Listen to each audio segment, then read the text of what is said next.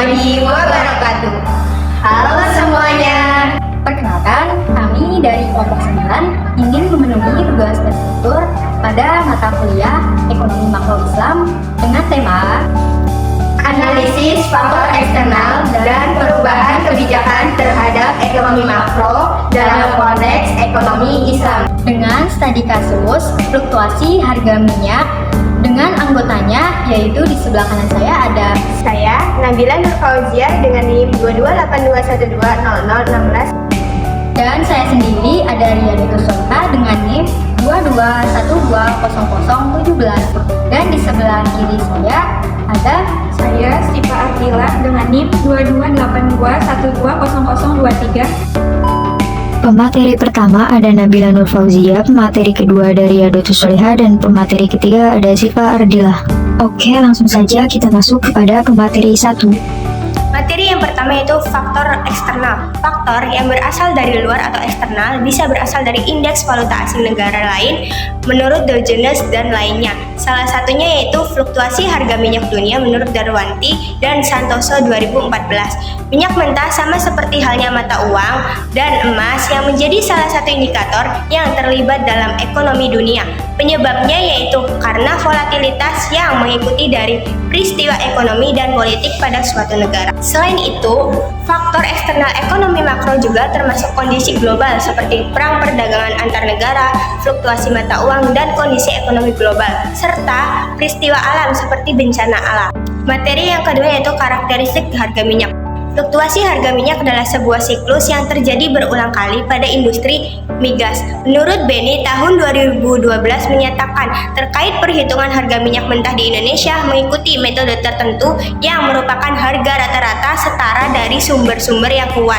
Dalam pencatatan transaksi minyak internasional seperti Platts, RIM, dan APPI. Platts adalah suatu penyedia jasa informasi yang tidak terbatas pada minyak tetapi juga gas alam, kelistrikan, petrokimia, batu bara, dan tenaga nuklir.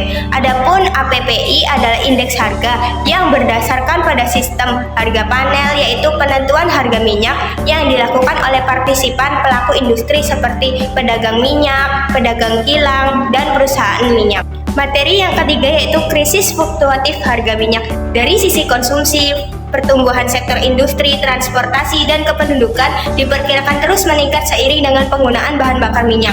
Dengan asumsi tidak ada lahan baru yang ditemukan dan produksi minyak tahunan rata-rata sebesar 500 juta barel. Sumber daya minyak di Indonesia diperkirakan akan habis dalam waktu 20 tahun. Dalam pemenuhan kebutuhan masyarakat, pemerintah sebagai penyelenggara, penyedia, dan distributor telah menetapkan kebijakan harga BBM atas dasar pertimbangan daya beli masyarakat dan keadaan keuangan negara. Namun demikian, pemenuhan kebutuhan BBM telah menjadi masalah serius dalam perekonomian Indonesia karena terkait langsung dengan besarnya beban subsidi di BBM dalam anggaran pendapatan dan belanja negara atau APBN. Subsidi BBM ini diberikan jika biaya penyedia dan distribusi BBM lebih besar daripada nilai konsumsi BBM dalam negeri yang didasarkan pada penetapan harga pemerintah. Sebaliknya, jika nilai konsumsi BBM melebihi biaya penyedia dan distribusinya, maka selisih tersebut akan menjadi keuntungan pemerintah atau laba bersih minyak. Memang, harga BBM nasional tidak menyesuaikan dengan biaya produksi dan distribusi, sehingga menyebabkan proporsi subsidi BBM dan APBN meningkat, bahkan mencapai lebih dari 25% penerimaan negara. materi keempat yaitu dampak eksternal pada fluktuasi harga minyak terhadap makroekonomi. Fin pada tahun 2000 yang melakukan penelitian pasar persaingan sempurna dapat mengungkapkan dampak negatif dari kenaikan harga minyak terhadap aktivitas makroekonomi. Dalam dua penelitian menunjukkan bahwa ketika harga minyak bumi semakin meningkat, itu akan mempunyai dampak negatif kinerja ekonomi baik pada pasar persaingan sempurna maupun pasar persaingan tidak sempurna. Selain didasarkan pada struktur besar pasar, para peneliti juga melakukan penelitian dampak kenaikan harga minyak terhadap perekonomian sektoral.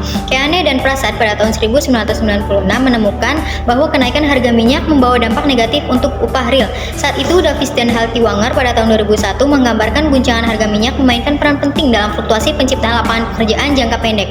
Bahkan mereka menemukan dampak harga minyak dunia itu naik 2 kali lipat terhadap guncangan mata uang.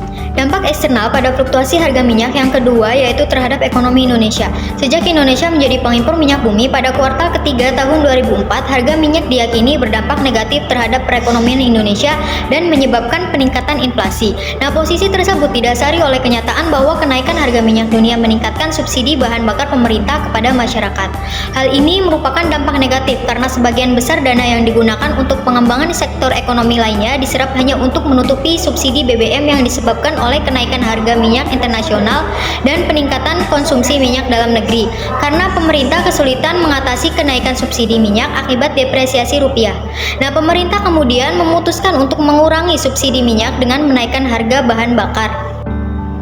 Materi selanjutnya ada pengaruh harga minyak yang pertama terhadap variabel pertumbuhan ekonomi. Menurut Nizar, pada tahun 2012, pertumbuhan ekonomi di Indonesia dipengaruhi oleh fenomena fluktuasi atau ketidakstabilan harga minyak dunia karena minyak dunia mempunyai kontribusi yang penting dan menghasilkan efek yang bermacam-macam. Dalam beberapa jangka waktu tertentu, dampak fluktuasi harga minyak diterima secara cepat dan positif oleh pertumbuhan ekonomi di Indonesia. Menurut Anggun Maisa Fitri dan Khairul Anwar, pada tahun 2022, kenaikan harga minyak dunia berbanding lurus dengan kenaikan biaya produksi. Hal ini berdampak pada hasil produksi yang menjadi berkurang dan selanjutnya akan dibagi dengan inflasi apabila permintaan terhadap hasil produksi meningkat. Pengaruh harga minyak yang kedua yaitu terhadap variabel inflasi. Ketika harga minyak dunia meningkat, kenaikan harga minyak juga mendorong meningkatnya jumlah uang yang beredar sehingga dapat menyebabkan inflasi. Dengan meningkatnya harga minyak, pastinya harga minyak dalam negeri pun ikut meningkat. Nah, jika harga minyak dalam negeri naik, maka barang komoditas dalam negeri pun akan terus melonjak sehingga dapat menyebabkan terjadinya inflasi. Nah, inflasi yang tinggi tentunya akan berdampak pada melemahnya pasar dan akan berdampak negatif terhadap stabilitas perekonomian internasional. Pengaruh harga minyak yang ketiga yaitu terhadap variabel pengangguran. Peningkatan harga minyak dunia akan menyebabkan peningkatan biaya produksi bagi perusahaan sehingga perusahaan akan meningkatkan efisiensi operasional dengan mengurangi penggunaan tenaga kerja yang akan mengakibatkan jumlah pengangguran dalam negeri meningkat. Menurunnya angka pengangguran di tengah fluktuasi harga minyak dunia pada awal periode ini disebabkan oleh banyaknya lapangan kerja yang tersedia khususnya di sektor industri dan jasa pada periode awal pembangunan di Indonesia. Dalam jangka pendek, harga minyak dunia menunjukkan dampak positif harga minyak dunia terhadap tingkat pengangguran. Nah, pada awal masa pengangguran, respon yang diberikan hampir sejajar dengan garis nol atau hampir tidak ada. Nah, selanjutnya pada periode berikutnya, feedbacknya bersifat negatif dan terkait dengan fluktuasi atau perubahan harga minyak global. Jawaban dari pengangguran periode berikutnya adalah negatif dan cenderung lebih stabil atau mendekati nol. Materi yang berikutnya yaitu peran PBB dalam mengatasi fluktuasi harga minyak.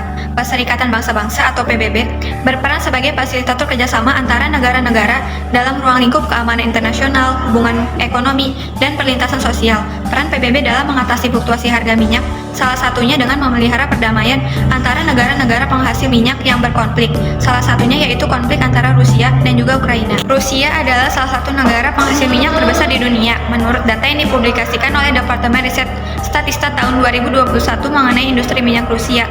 Pada tahun 2020, Rusia memproduksi sekitar 10,7 juta barel minyak per hari atau BPD, minyak mentah serta kondensat gas alam.